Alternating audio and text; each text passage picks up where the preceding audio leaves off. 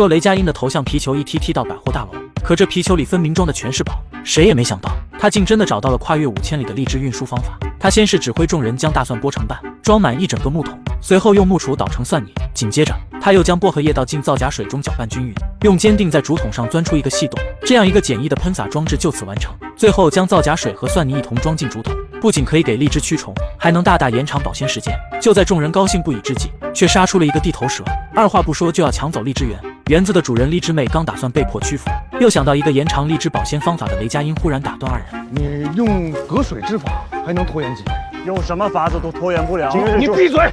快告诉我，你从哪冒出来的？什么隔水之法？就是把这个……这边在签字能不能遵守？你闭嘴！好的话4日，不太好的话2日。这下荔枝保鲜已经从短短3天延长到了足足6天。雷佳音顿时欣喜若狂，可他还没高兴几秒，就得知那地头蛇要强行征用荔枝园。雷佳音攒了几天的火气一股脑爆发出来。我是受圣人之命派来少岭南收荔枝的，那圣人官职下来，你们岭南哪位能负担得起？那地头蛇听了这话，竟真的面色一变。荔枝园他可以不收，但必须得打发他一笔交差费。然而雷佳音连买荔枝的钱都没有，又从哪来的钱给他？既然别无他法，那就发疯。本官宣布，从今日起，此园征为运用荔枝园，专供贡品荔枝北运事宜。荔枝园欠的债，恐怕你们得找圣人去交。这下地头蛇彻底哑口无言，只留下一个算你狠的手势，便灰溜溜的撤走。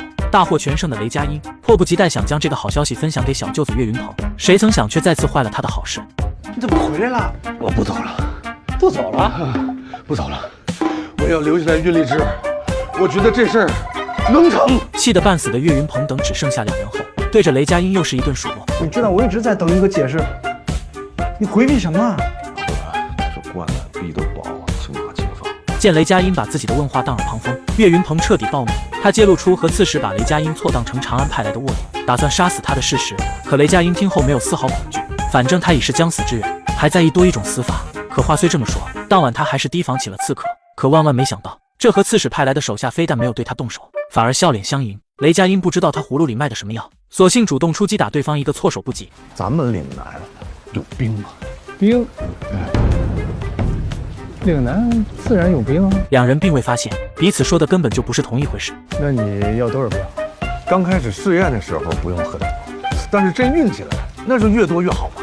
雷佳音越说，对方的眉头皱得越紧。也许要忍兵算是借，哪有借几块冰块还要还的道理？雷佳音一听，当即在心里骂起岭南人小气来，却并不知对方更加坐实了他的卧底身份，打算立马对他出手。